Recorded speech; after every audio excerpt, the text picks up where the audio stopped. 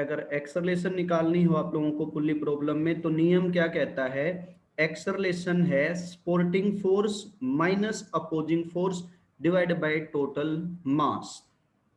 दूसरी बात, जब आप टेंशन फाइंड आउट करो, वैसे तो बहुत सारे केसेस होते हैं, बट नॉर्मल से जो केस आप लोगों के पेपर में थोड़ा बहुत पूछा जा सकता है, वो स्कूल का पेपर हो या फिर थोड़ा सा ठीक ठाक पेपर हो, तब ये जो मैं बताऊंगा इसकी मदद से आप टेंशन को भी फाइंड आउट कर सकते हो। सबसे पहला नियम टेंशन के लिए ये ध्यान रखना है कि जो टेंशन आती है स्ट्रिंग में, that always act away from the body.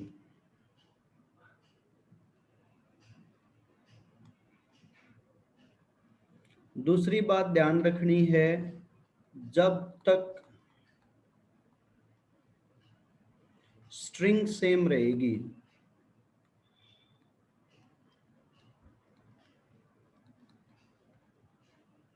तब तक टेंशन सेम रहेगी। जब तक रस्सी सेम रहेगी तब तक टेंशन सेम रहेगी। ध्यान रहे हम जितनी भी यहां कैलकुलेशन कर रहे हैं वो लाइट स्ट्रिंग और लाइट पुल्ली की बात कर रहे हैं। मतलब आपके पास ना तो स्ट्रिंग का कोई मास है ना पुल्ली का कोई मास है, ये बात ध्यान रखनी जरूरी है। तीसरी बात, टेंशन कैलकुलेट करने का formula summation coefficient of t into g divided by coefficient of t का स्क्वायर डिवाइडेड बाय मास। इनका पूरे का इसका पूरे का समेशन है।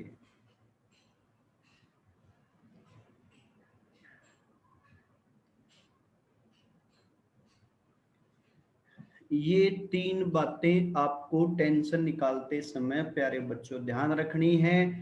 Tension always act away from the body. जब तक स्ट्रिंग सेम रहेगी तब तक टेंशन सेम रहेगी। टेंशन का फॉर्मूला है coefficient of t into g divided by coefficient of t का स्क्वायर बाय एम। ऊपर वाला जितने भी ऐसे केस हो सबको जोड़ दो, नीचे वाले ऐसे जितने केस हो सबको जोड़ दो। कुछ क्वेश्चंस करते हैं वहां से समझ जाओगे। फोर्थ पॉइंट आप लिख सकते हो, एक जो काम और आएगा, A1 T1 equals to A2 T2। Acceleration into tension constant रहता है। फर्स्ट क्वेश्चन आपके सामने ये रहा बच्चों,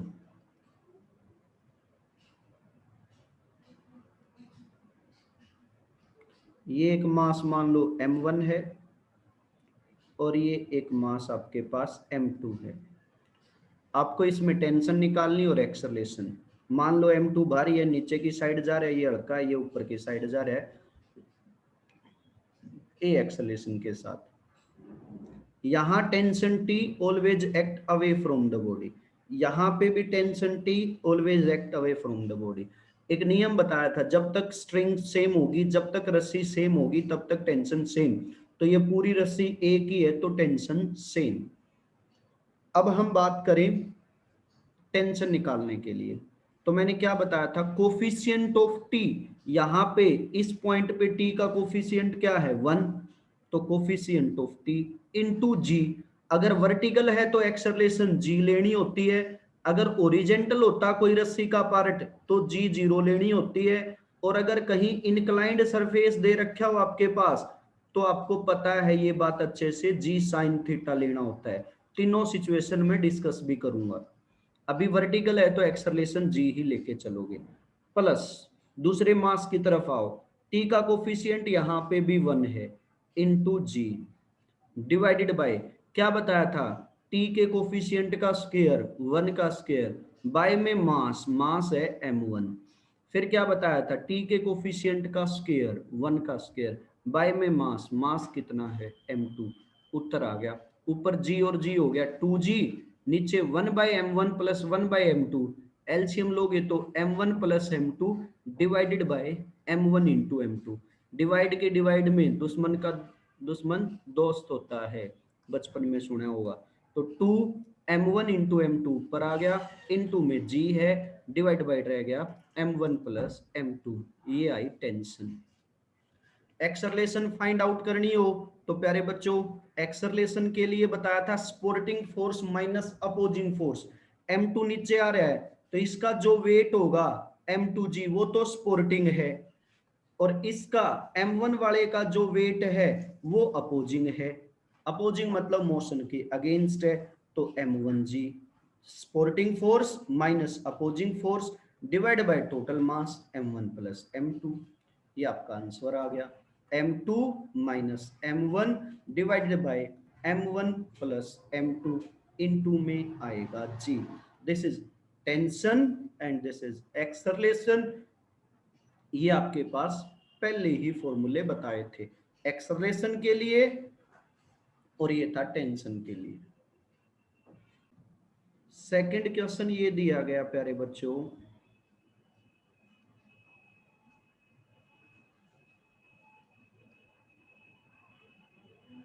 ये कोई भी मास रखा है, मान लो m1 मास है और ये नीचे कोई भी m2 मास है, और आपको बोल दे कि ये m2 ज्यादा है, ये नीचे आ रहा है और ये इस साइड आ रहा है, तो आपको टेंशन निकालनी और एक्सेलरेशन निकालनी।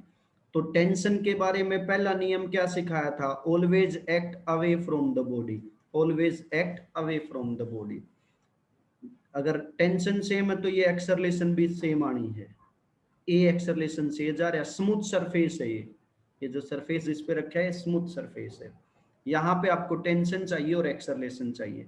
टेंशन में क्या बताया था, बड़े ध्यान से समझना जरा। यहाँ टी का कोफिशियंट कौन है, अकेला टी है तो मतलब 1, तो टेंशन का कोफिशियंट इनटू जी। वर्टिकल कोई बॉडी रखी हो तो जी ही लेना होता है, प्लस आगे कोफिशियंट ऑफ टी कितना है 1। बॉडी ओरिजेंटल सरफेस पे रखी है तो जी का कोई रोल नहीं होता, जी को 0 लेना होता है, divided by coefficient of t का स्क्वायर, कोफिशिएंट ऑफ टी का स्क्वायर बाय मास, मास था ये m2, plus coefficient of t 1 है उसका स्क्वायर बाय में मास m1 है। तो आपके पास ऊपर आया g, नीचे 1/m2 प्लस 1/m1। सोल्व करते तो m1 into m2 into g divide by m1 plus m2। This is the tension. Acceleration निकालनी होती तो स्पोर्टिंग कौन है, ये नीचे आ रहा है तो स्पोर्ट कर रहा है m2g, स्पोर्टिंग हो गया m2g। अपोजिंग कोई भी नहीं है, ये बॉक्स इस साइड जा रहा है तो इसके अपोजिट साइड फ्रिक्शन होता तो अपोज में लिखते, बट फ्रिक्शनल सरफेस है ही नहीं। m1g यहाँ अपोज नहीं करेगा, m1g तो नीचे की साइड एक्ट करेगा, उसका डायरेक्शन ऑफ मोशन में कोई लेना देना नहीं है, तो अपोजिंग है 0, divide by total mass m1 plus m2। तो आपकी acceleration I m2g divided by m1 plus m2। This is the acceleration and this is tension. उम्मीद करता हूं कि दूसरा क्वेश्चन भी समझ आया होगा। थर्ड क्वेश्चन देखोगे प्यारे बच्चों, थर्ड क्वेश्चन में ऐसा कुछ दिया कि ऐसे एक पुल्ली लगी है, ये एक बॉक्स है, ये मास मान लो m1 है, ये एंगल ऑफ इंक्लिनेशन थीटा है, और यहाँ पे आपके पास कोई मास m2 है। मान लो ये नीचे की साइड आ रहा है, रस्सी सेम है तो टेंशन सेम और एक्सेलरेशन भी सेम आनी है। ये ऊपर आ रहा है, ये नीचे की साइड जा रहा है, आपको एक्सेलरेशन चाहिए और टेंशन चाहिए। जब तक रस्सी सेम रहेगी तब तक टेंशन सेम रहेगी। Tension always act away from the body, T जब तक रस्सी सेम तब तक tension same, always act away from the body. अब टी चाहिए, कोफिशिएंट ऑफ टी कितना है 1 इंटू में जी, प्लस कोफिशिएंट ऑफ टी कितना है 1, इनटू में अब की बार जी नहीं आएगा, जी साइन थीटा आएगा। यहाँ पे अगर आप जी लेते तो वर्टिकली डाउनवर्ड, जी का एक ओरिजेंटल कंपोनेंट और एक वर्टिकल, सबको पता है ये एंगल थीटा होता है। इस साइड आता जी कोस थीटा और इस साइड आता जी साइन थीटा। तो हमें जी का ये कंपोनेंट लेना होता है जो अलोंग द स्ट्रिंग है, तो जी साइन थीटा प्लस ही लेना है। कहीं को यूं सोचे जी अपोजिट साइड है या ऐसा है, कुछ ऐसा चक्कर नहीं है। Divide by coefficient of t का स्क्वायर बाय मास, मास था m2 plus coefficient of t का स्क्वायर वो 1 ही है, बाय में मास वो m1 है। इसको सोल्व कर दे तो ऊपर आया g मैंने कॉमन ले लिया, ब्रैकेट में रह गया 1 प्लस साइन थीटा।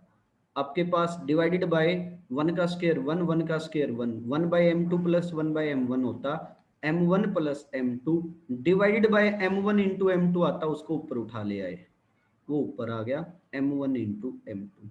ये आ जाएगी आपकी टेंशन।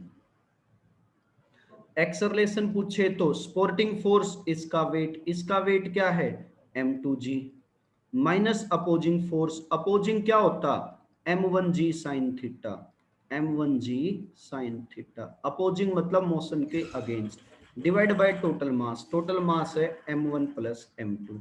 तो ये आई आपके पास एक्सेलरेशन, ये आई आपके पास टेंशन।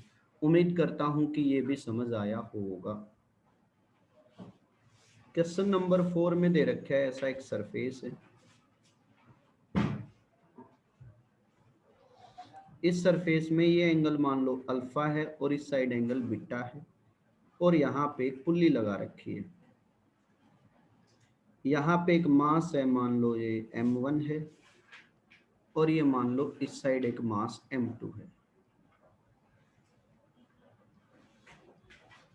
ऐसे ऊपर ये कोई रॉकेट साइंस नहीं बनाई है, वैसे ही हो गया था ये।